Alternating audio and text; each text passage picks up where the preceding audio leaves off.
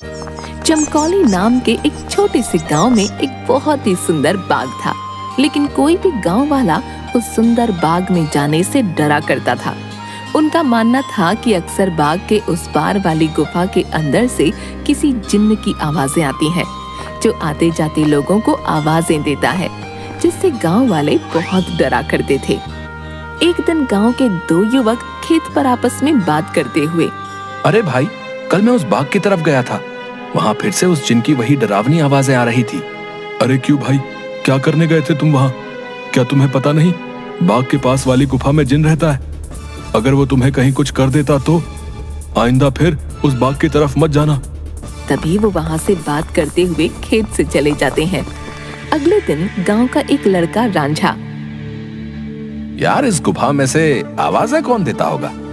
मुझे इसके पीछे जरूर कोई राज नजर आता है। रांझा भैया, जो भी हो, लेकिन गलती से भी उस गुफा के अंदर मत जाना। लेकिन इस गुफा का रहस्य तो मैं जान कर रहूंगा। सब गांव वाले डर के साए में आखिर कब तक रहेंगे? उसके बाद शाम हो गई और रांझा और उसका दोस्त अपने अपने घर चले गए। अगले दिन सुबह सारे गांव में सन्नाटा था और रांझा के घर के बाहर उसकी लाश रखी हुई थी। सब रो रहे थे। शाम को बस ये बोल के घर से निकला था कि आज एक रहस्य से पर्दा उठाने जा रहा हूँ। मेरे रांझा की बहादुरी उसे ले डूबी। हाय मेरा बच्चा। हो ना हो, ये उस गुफा वाले जिन ने ही किया है। हाँ। उसी गांव में धन्नू नाम का व्यक्ति रहता था, जो एक व्यापारी था। उसकी दो बेटियां थीं, रीमा और सीमा। उन दोनों को रंग बिरंगे फूलों का बहुत शौक था।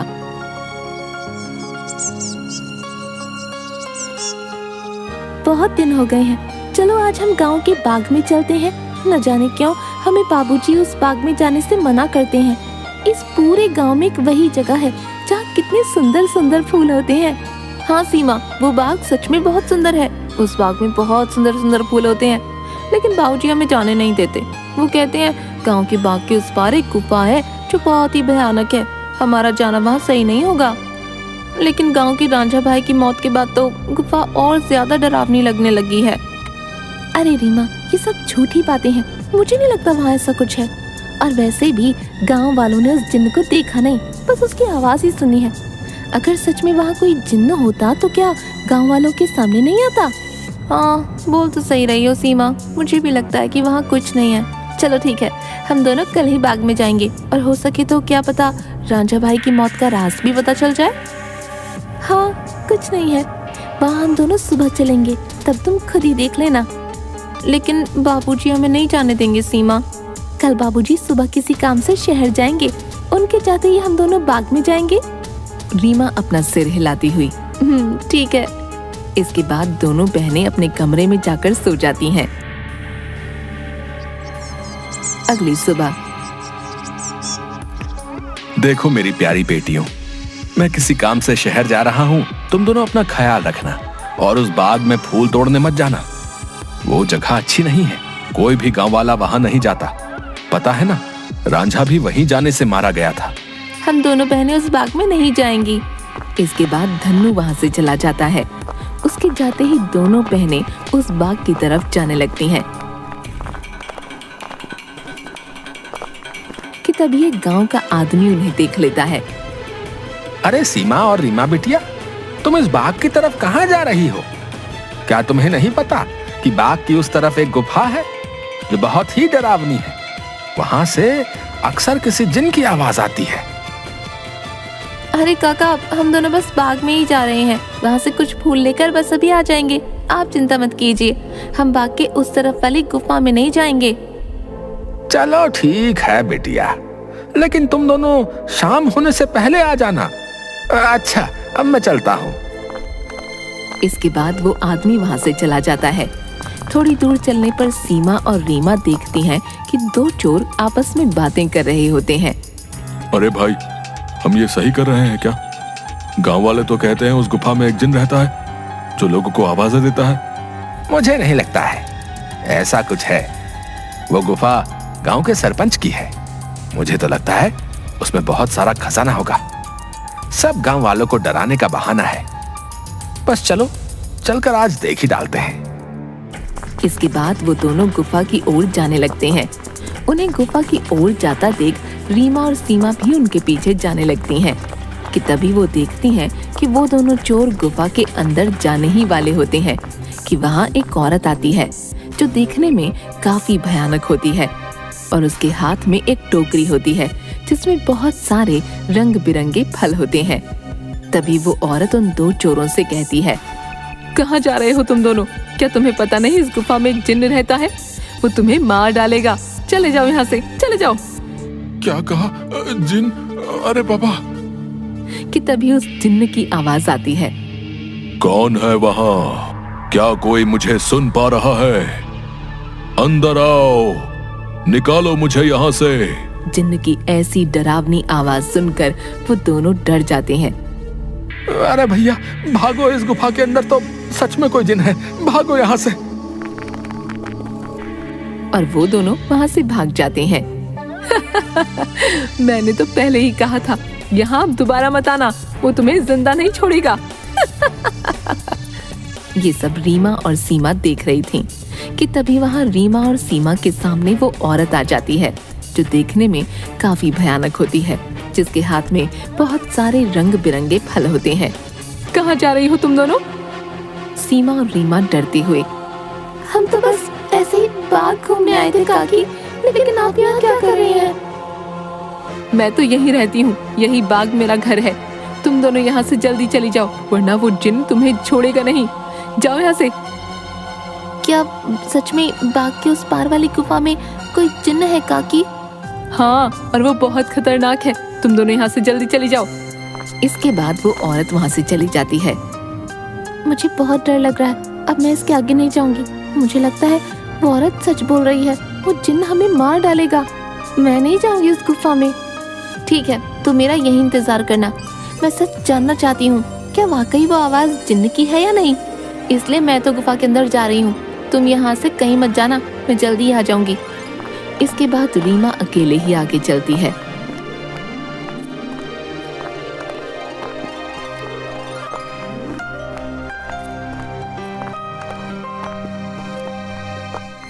रीमा चलते चलते उस गुफा के पास पहुंच जाती है। तभी एक आवाज उसे सुनाई देती है जो काफी भारी होती है। ऐसा लगता है जैसे किसी रोते हुए इंसान की आवाज हो। वो कोई है यहाँ? मुझे यहाँ से बाहर निकालो।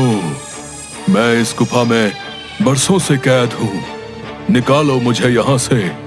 रीमा बड़ी हैरानी से वहीं खड़ी हो जाती है। कौन हो तुम और क्यों मुझे आवाज लगा रहे हो?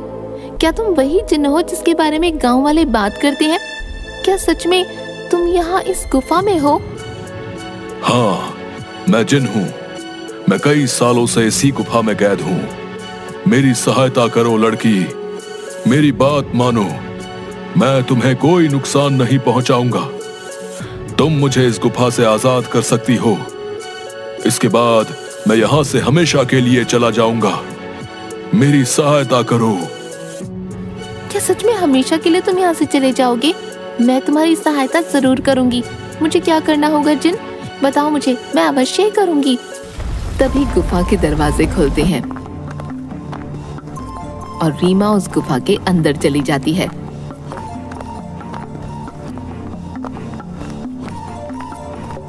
जैसे ही वो अंदर जाती है, एक बहुत बड़ी अजीब से जानवर की परछाई उसे नजर आती है जो देखने में बहुत ही डरावनी होती है।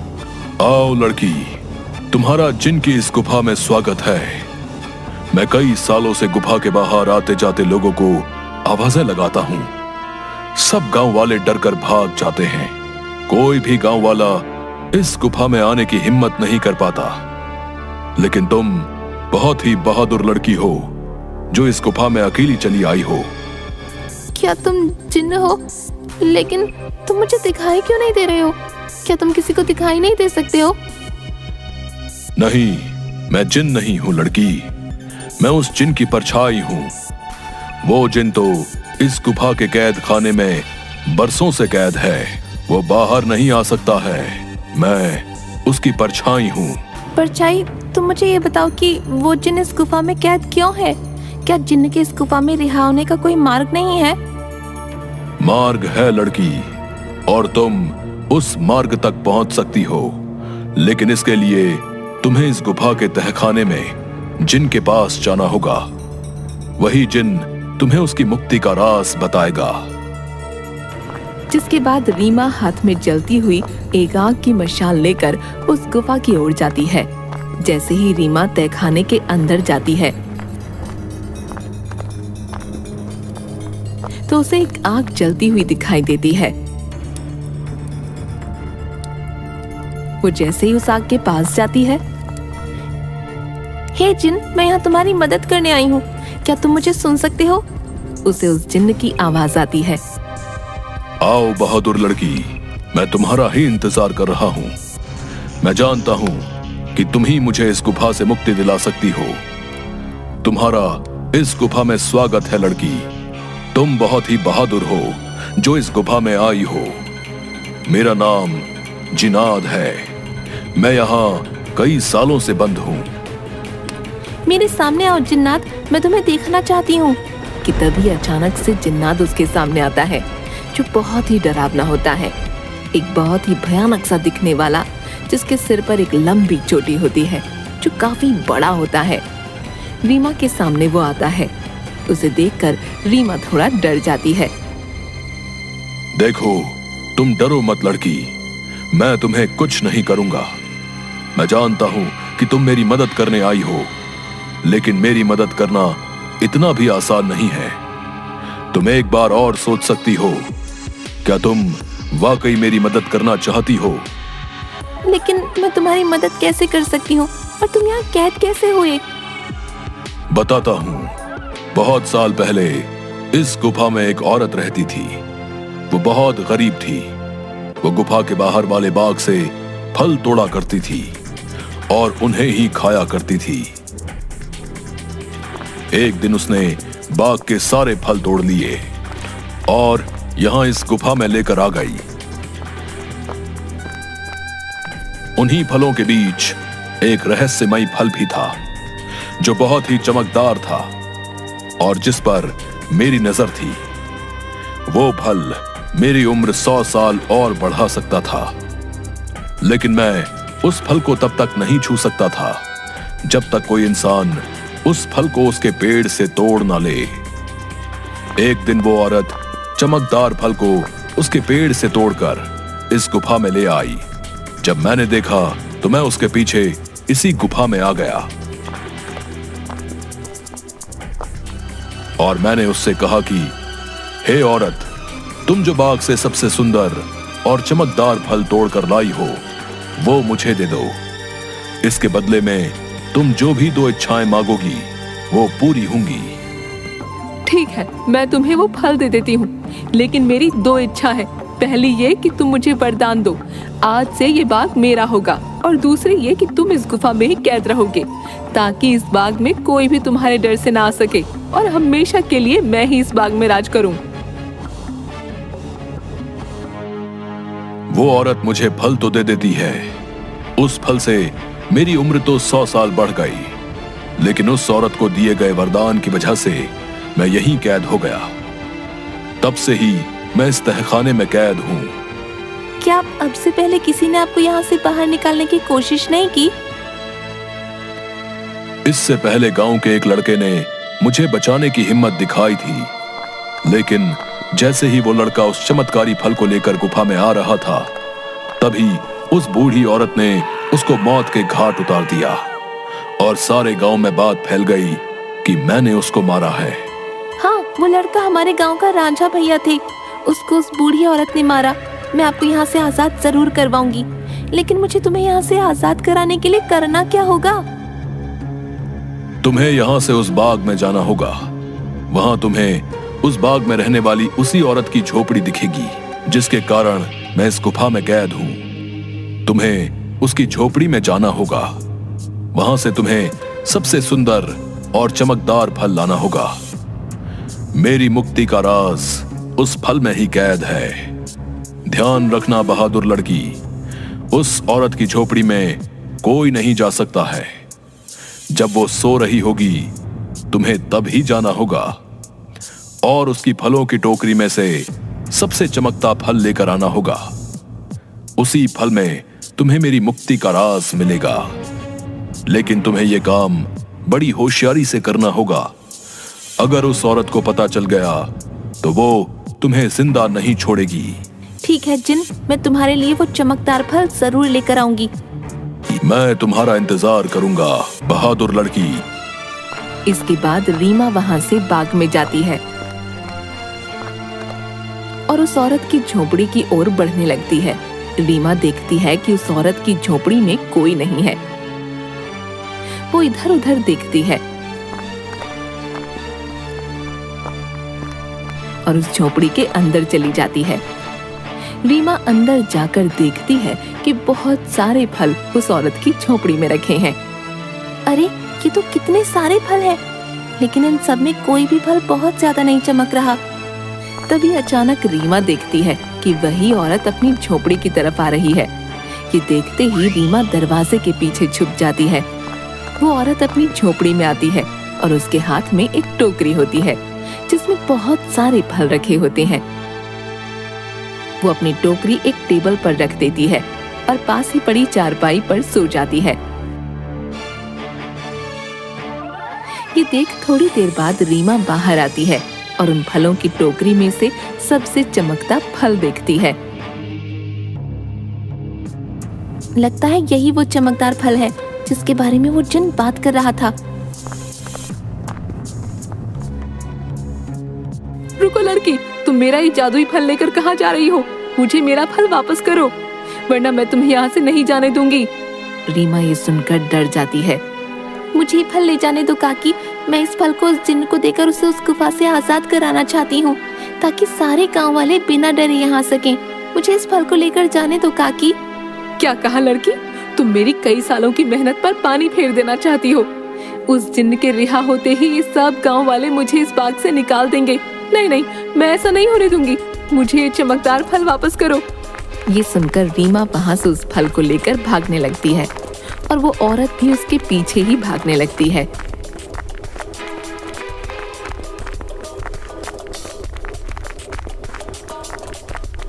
रीमा भागते भागते उस गुफा में पहुंच जाती है।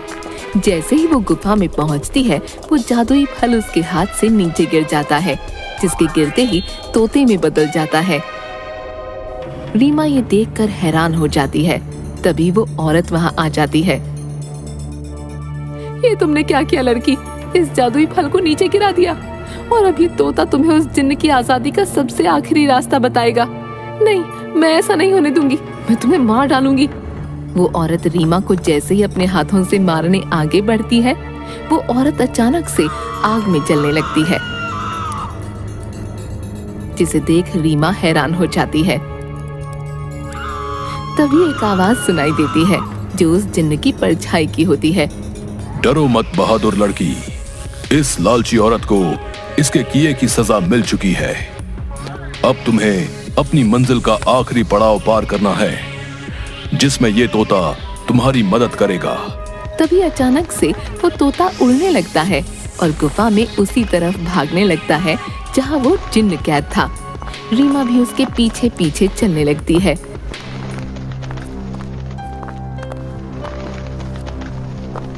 वो तोता एक छोटी सी खिड़की के पास जा बैठता है जो काफी चमक रही थी। तभी तोते की आवाज आती है। सुनो बहादुर लड़की, तुम्हें इस चमकदार खिड़की को खोलना होगा, जिसकी चाबी तुम्हें ढूंढनी होगी। मैं तुम्हें 2 रास्ते बताऊंगा, जिस पर चल के तुम्हें इस खिड़की को खोलने वाली चाबी मिलेगी। लेकिन 2 रास्तों में से तुम्हें कोई एक रास्ता चुनना होगा।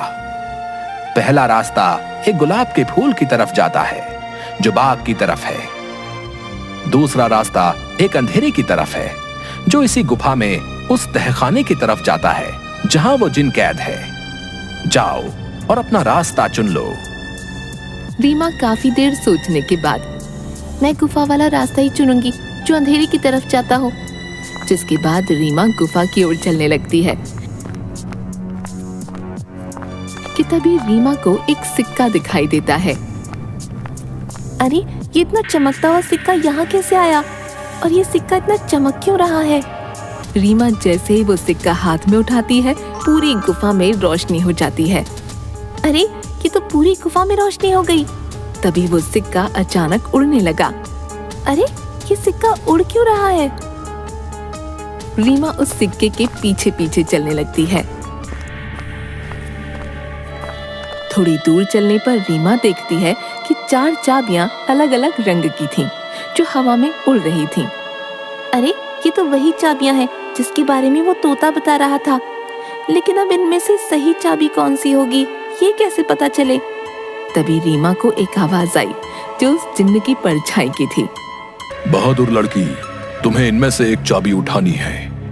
याद रखना, तुम्हें एक सही चाबी उठानी है, लेकिन याद रहे तुम्हें बड़ी होशियारी से ही एक चाबी उठानी होगी। अगर तुमने गलती से गलत चाबी चुन ली तो ये चारों चाबियां गायब हो जाएंगी और तुम कभी भी जिनको आजाद नहीं कर पाओगी। ये सुन रीमा हैरान हो जाती है। क्या? हे भगवान, ये किस दुविधा में डाल दिया है। अब मैं कैसे इन चारों चाबियों में से सही चाबी चुनूं? काफी देर सोचने के बाद रीमा देखती है कि चारों चाबियों में से एक चाबी बहुत बड़ी थी, जो लाल रंग की थी, और जिस चमकदार फल के गिरने से वो तोता बना था वो भी लाल ही रंग का था। रीमा समझ गई कि लाल वाली चाबी चुननी है। उसके लाल चाबी चुनते ही बाकी सारी चाबियां गायब हो गईं। और तभी फिर से जिन्न की परछाई की आवाज आई। शाबाश बहादुर लड़की, तुम्हारी सूझबूझ की वजह से आखिरकार तुमने बिल्कुल सही चाबी चुन ली। अब जाओ उस खिड़की के पास और खोल दो उसे। रीमा उसी खिड़की के पास जाती है।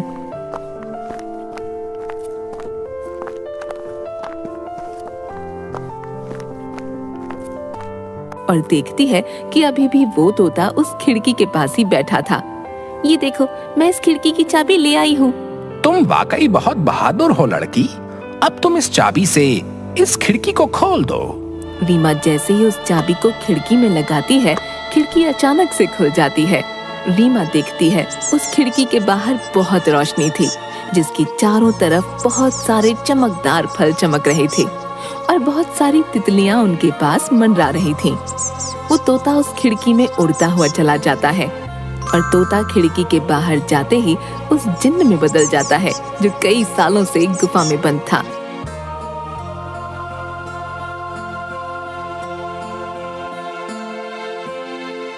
तुम्हारा बहुत बहुत धन्यवाद लड़की, तुमने मुझे इस गुफा से आजाद कर दिया। तुम एक निडर और साहसी लड़की हो। तुम जो भी मांगोगी मैं वो तुम्हें दूंगा। बोलो, क्या इच्छा है तुम्हारी? क्या सच में अब तुम आजाद हो गए हो? अब तुम इस गुफा में नहीं हो। अब सब गांव वाले यहाँ आ सकेंगे। मैं और मेरी बहन भी अब बाग में आ सकेंगे कभी भी। हाँ बहादुर लड़की, अब किसी को भी डरने की कोई जरूरत नहीं है। अब मैं इस गुफा से बाहर आ गया हूँ अपनी दुनिया में। अब मैं किसी को आवाजें नहीं दूंगा। तुम जब चाहो यहाँ आ सकती हो। तुम्हारी ही वजह से मैं आजाद हो पाया हूँ। तुम मुझसे जो भी मांगोगी मैं तुम्हें वही दूंगा। बोलो, क्या इच्छा है तुम्हारी? जिन, मैं कुछ नहीं मांगना चाहती हूँ, लेकिन अगर तुम सच में मेरी इच्छा पूरी करना चाहते हो तो गुफा के सामने वाले बाग से मुझे बहुत प्यार है। इसमें रंग बिरंगे फूल मुझे बहुत पसंद है। मैं चाहती हूँ कि ये बाग हमेशा ऐसे ही खिलखिलाता रहे, इसके फूल कभी न मुरझाएं।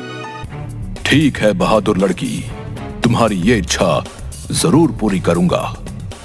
अब ये बाग हमेशा यूं ही रहेगा, कभी भी मुरझाएगा नहीं। तुम अब जब भी इस बाग के फूलों को देखोगी तो ये हमेशा खिले रहेंगे। अच्छा, अब मैं हमेशा के लिए यहाँ से जा रहा हूँ। इसके बाद वो जिन्न गायब हो जाता है और खिड़की बंद हो जाती है। रीमा जब गुफा से बाहर निकलती है तो सब गांव वाले धन्नू और सीमा बाहर खड़े होते हैं। अरे मेरी बिटिया, आ गई तू वापस। उस जिन ने तुझे कुछ किया तो नहीं? आखिर क्यों गई थी तू उस गुफा के अंदर? अगर वो जिन तुझे मार डालता तो क्या करता मैं? दीदी, तुम ठीक तो हो ना? क्या सच में तुम्हें उस जिन्न ने कुछ नहीं किया? बाबूजी, मैं बिल्कुल ठीक हूँ। अब अंदर कोई जिन्न नहीं है। इस गुफा के अंदर जो जिन्न था अब वो हमेशा के लिए इस गुफा से चला गया है। अब आप सभी को डरने की कोई जरूरत नहीं है। अब कोई भी यहाँ आ सकता है। अरे क्या बोल रही हो रीमा बिटिया? आखिर कहाँ गया वो जिन जो आते जाते लोगों को आवाजें दिया करता था? रीमा गांव वालों को सारी बात बताती है।